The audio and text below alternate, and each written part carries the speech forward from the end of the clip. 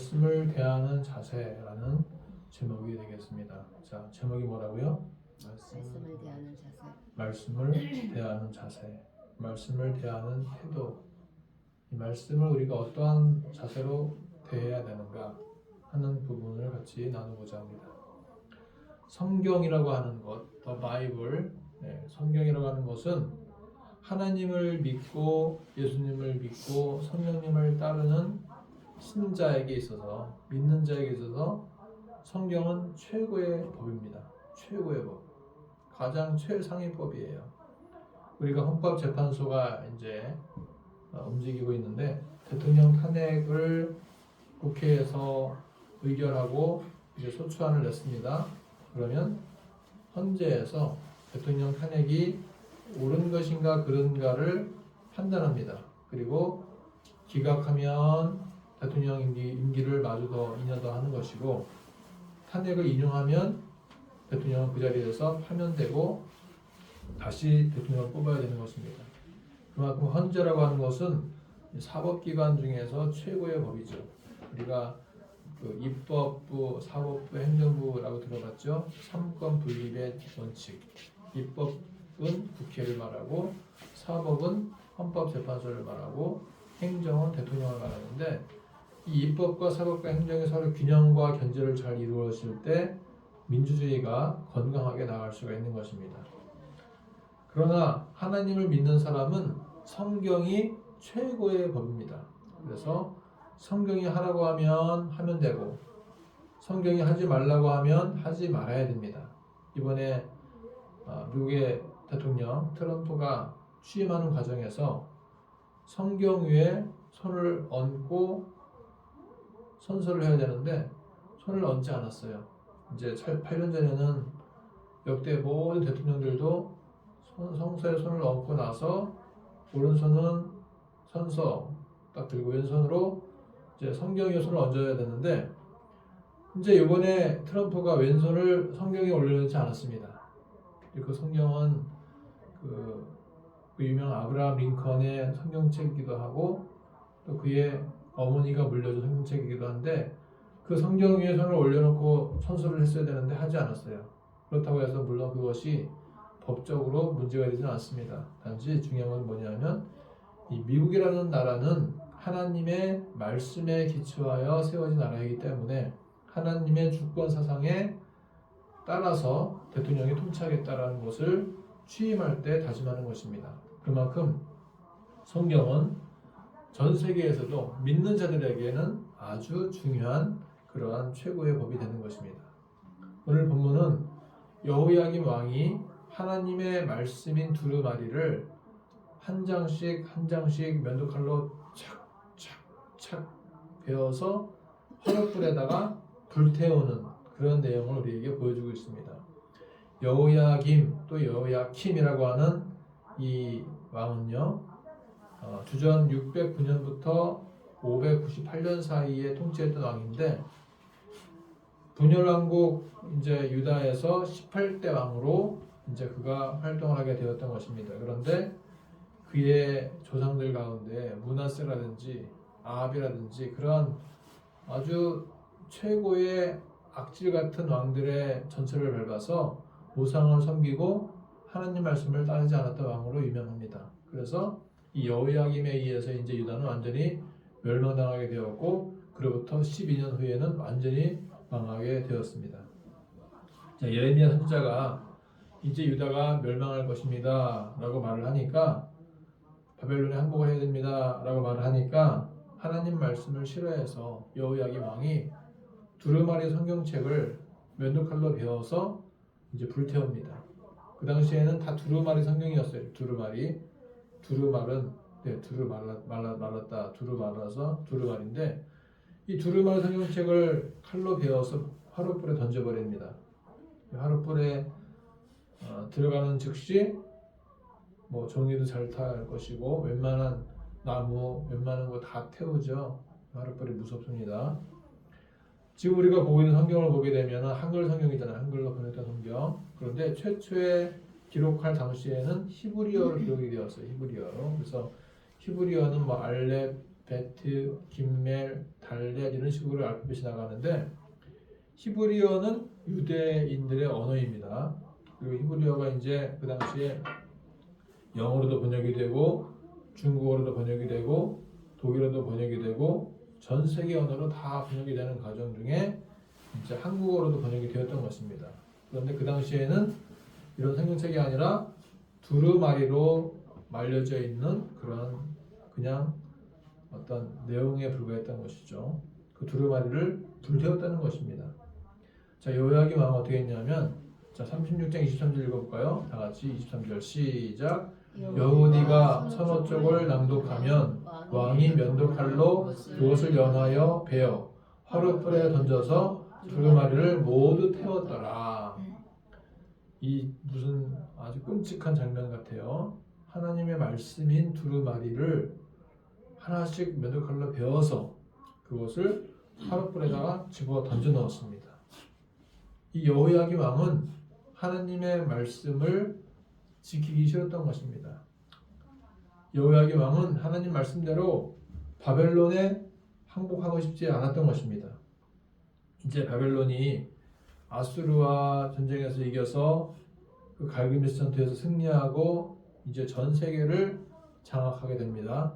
이제 바벨론은 애굽, 이집트까지 쳐들어와서 또 전쟁을 하려고 했었는데 그 과정 중에 유다 땅을 지나가야만 했었습니다. 그런데 유다 땅이 그 당시에는 여호야김이 다스리고 있었는데 여호야김은 바벨론이 지나가는 것을 허락하지 않았어요. 나는 애굽을 믿는다 하면서 딱 버티고 있으니까 바벨론이 여호야김을 가만두지 않았죠.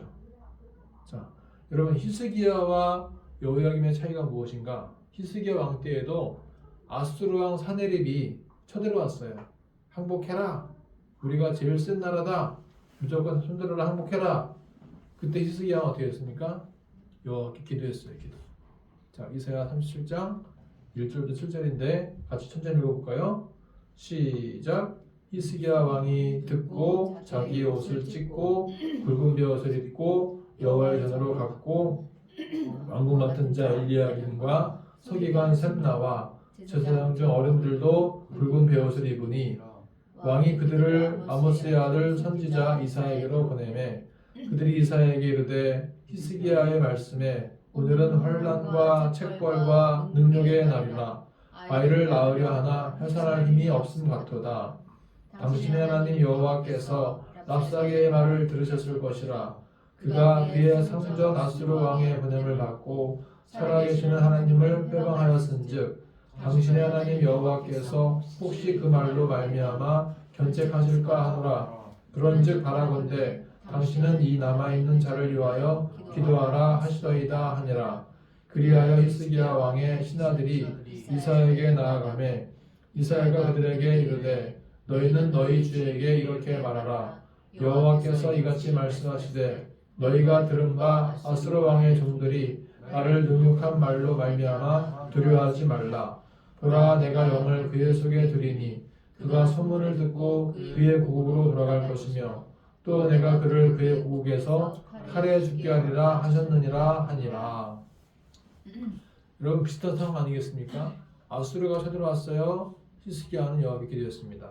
지금 바벨론이 쳐들어왔어요. 그런데 여호야김은 항복하지 않았습니다. 그런데 여호와의 말씀을 불에 태워버렸어요.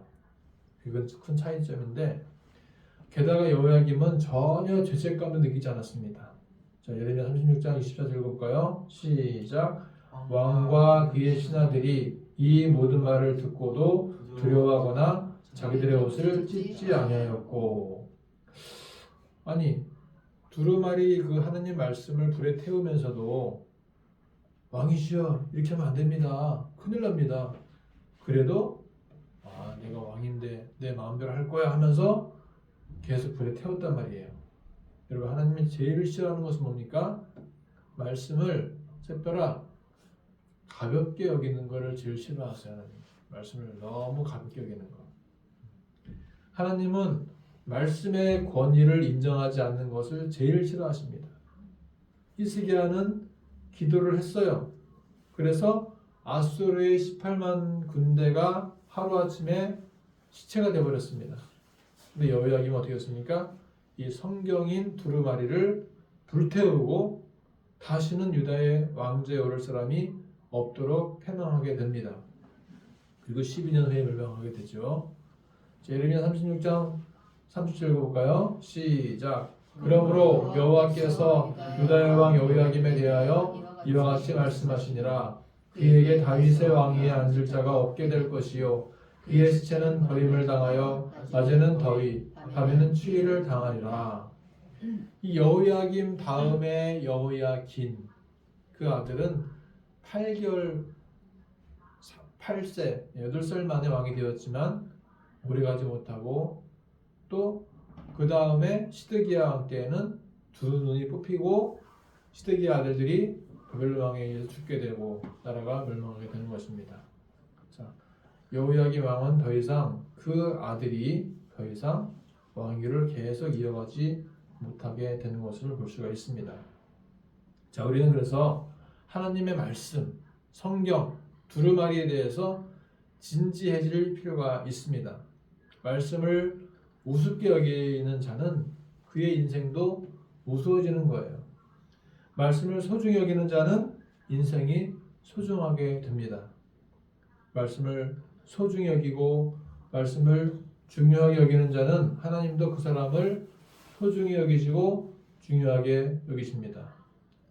예레미야 35장 보시게 되면 레갑의 아들 요나답의 자손들은 말씀을 소중히 여기는 자들이었어요. 다 같이 예레미야 35장 5절부터 읽어볼까요? 시작. 내가 레갑 사람들의 후손들 앞에 포도주가 가득한 종지와 술잔을 놓고 마시라 권하매 그들이 이르되 우리는 포도주를 마시지 아니하겠노라. 레갑의 아들 우리 선조 요나답이 우리에게 명령하여 이르기를 너희와 너희 자손은 영원히 포도주를 마시지 말며 너희가 집도 짓지 말며 파종도 하지 말며 포도원을 소유하지도 말고 너희는 평생 동안 장막에 살아라.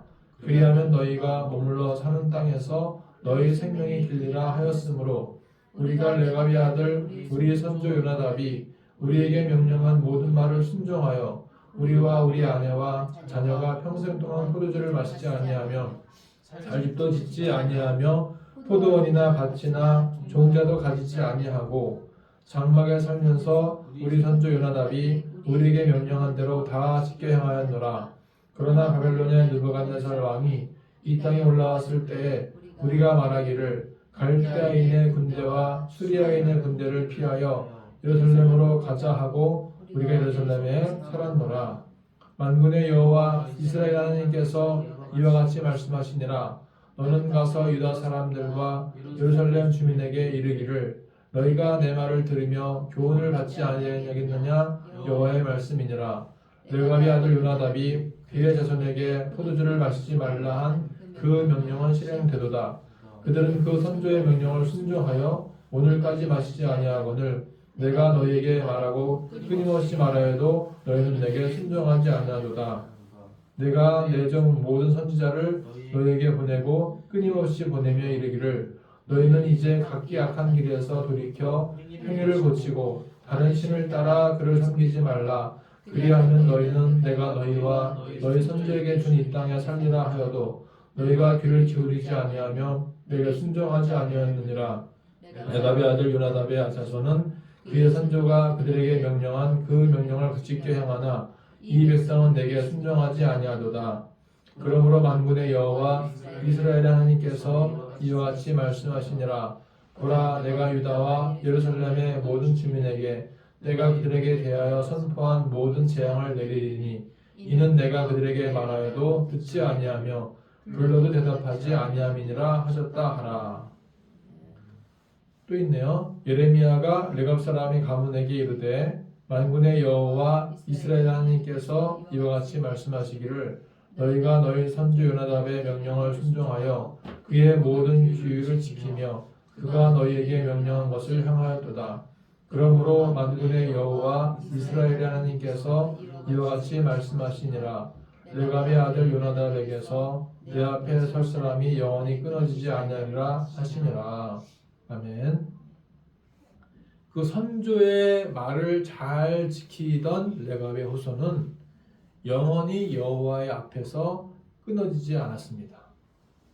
여호와의 말씀에 잘 따르지도 않고 오히려 두루마리를 불태워 버렸던 여호야김은 추위와 더위의 고통 가운데 거하게 되었으며 그 자손은 더 이상 여호와 앞에 쓰임 받지 못했습니다. 선조의 말씀을 잘 듣는 것이 중요하듯이 우리는 하나님의 말씀을 잘 듣고 지켜야 됩니다.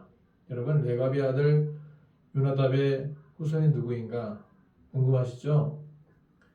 예전에 그 모세의 장인 이드로가 있었는데 이드로가 바로 레갑 족속이에요. 레갑, 다른 말로 겐 족속인데 이 갈렙도 겐 족속, 다시 말해서 레갑 족속이었습니다. 레갑 족속은 원래 이방인이었는데 이스라엘 백성들이 출애굽해서 광야 생활을 할 때 합류해서 같이 가나안 땅에 들어간 족속이 바로 레갑 족속입니다. 가나안 땅에 정착한 후에 세월이 흐르자 이스라엘 12지파와 모든 족속들은 그 땅 가나안 땅에 살았던 가나안의 7족속과 동화되고 하나님의 백성의 정체성을 잃어버리면서 우상 숭배하고 하나님을 떠납니다. 그 결과 북이스라엘도 멸망당하게 되었고 남유다도 바벨론에 의해서 멸망당하게 됩니다. 그 시대에 바로 레갑 족속은 여전히 하나님을 믿는 신앙을 끝까지 지켜 살았던 것입니다. 하나님께서 어느 날 예레미야 선지자에게 레갑 족속을 성전 한 방에다가 몰아놓고 시험해 보라고 말씀하십니다. 그 시험의 내용은 뭐냐면 포도주를 마시게 하는 것이었어요. 그런데 레갑 족속은 포도주를 마시지 않았습니다. 목숨을 걸고 포도주를 마시지 않았던 이유가 무엇인가? 바로 그의 선조 요나답이 내린 명령을 지키기 위해서였습니다. 그렇다면 레갑 족속의 선조 요나답은 어떠한 인물이었는가? 요나답, 여호나답이라고도 하는데 여호와는 고귀하심이라는 뜻이고요. 또는 여호와는 관대하심이라는 뜻입니다. 레갑의 아들 요나답이 처음 성경에 등장하던 때는 북이스라엘의 가장 악한 왕이었던 아합 왕 때 등장합니다. 예후가 아합 왕과 이스라엘을 치고 신앙적 개혁을 일으킬 때에 바알 숭배를 척결하는 일에 함께했던 사람이 바로 요나답입니다. 예후와 요나답이 활동한 시대부터 예레미야 선지자 시대에는 약 300년의 기간이 흐르게 되었는데 이 레갑 족속은 선조 요나답의 내린 명령과 신앙을 무려 300년 동안 지켜왔던 것입니다. 자, 이제 우리는 말씀에 대한 태도를 바르게 할 시기가 되었어요. 하나님 말씀은 살아있고 운동력이 있어서 좌우의 어떤 날선 검보다도 예리하여 홍과 영과 관절과 골수를 찔러 쪼갠다 그랬습니다. 주의 말씀은 내 발의 등이요 내 길의 빛이라 그랬습니다. 말씀은 우리의 삶의 전부이고 삶의 이정표이고 삶의 나침판입니다. 말씀에 살고 말씀에 죽어야 됩니다. 말씀에 목숨을 걸어야 됩니다. 날마다 보는 말씀, 하루에 한 장씩 보는 말씀에 대해서 보다 진지하게 대해야 합니다. 하나님 불태워진 두루마리를 다시 쓰도록 하셨어요. 자, 예레미야 36장 28절 읽어볼까요? 시작. 너는 다시 다른 두루마리를 가지고 유다의 여호야김 왕이 불사른 첫 두루마리의 모든 말을 기록하고. 하나님이 살아계시는 한 말씀은 결코 사라지지 않습니다. 여러분, 분서경유라는 걸 들어봤어요? 분서경유? 분서경유가 무엇입니까? 진시황 때에, 중국의 진시황 때에 분서, 색을 불태우고 갱유, 유학자들을 땅에 파묻었다. 그래서 분서, 갱유. 주전 213년에 분서, 212년에 갱유, 합쳐서 분갱이라고도 하는데 이 분서, 갱유라는 이러한 어떠한 정치 때문에 진시황제는 그때부터 폭군으로 이름이 바뀌게 됩니다. 자, 분서경유를 통해서 책을 불태우게 되면 그 책이 남아있지 않게 되겠죠. 그런데 하나님 말씀은 영원합니다. 왜냐하면 하나님 말씀은 하나님이 살아계시는 한 지금도 계속 살아있기 때문에 그렇습니다. 이사야 40장 8절의 말씀 읽어봐요. 다 같이 시작. 풀은 마르고 꽃은 시드나 우리 하나님의 말씀은 영원히 서리라 하라. 말씀은 영원합니다. 원저자 되시는 하나님께서 영원하시기 때문이에요. 이제 우리는 말씀에 대해서 어떠한 마음을 가져야 되는가? 말씀을 소중히 여기는 마음, 말씀을 진지하게 듣는 자세, 말씀을 암송하고 음미하고 묵상하는 자세, 날마다 말씀을 읽으려는 자세, 말씀이 이해되면 아멘하고 지키려는 마음이 필요한 줄 믿습니다. 결론입니다. 오늘 여호야김 왕은 하나님의 말씀인 두루마리를 면도칼로 베어서 불태워 버렸습니다. 그때부터 유다 왕은 끝나는 종말을 향해 달려가게 되었습니다. 이런 말씀은 가장 소중하게 여겨야 됩니다.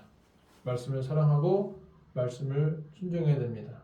말씀에 대해서 우리가 진지한 태도를 갖게 될 때 하나님께서 우리 인생도 진지하게 소중하게 인도하실 줄 믿습니다.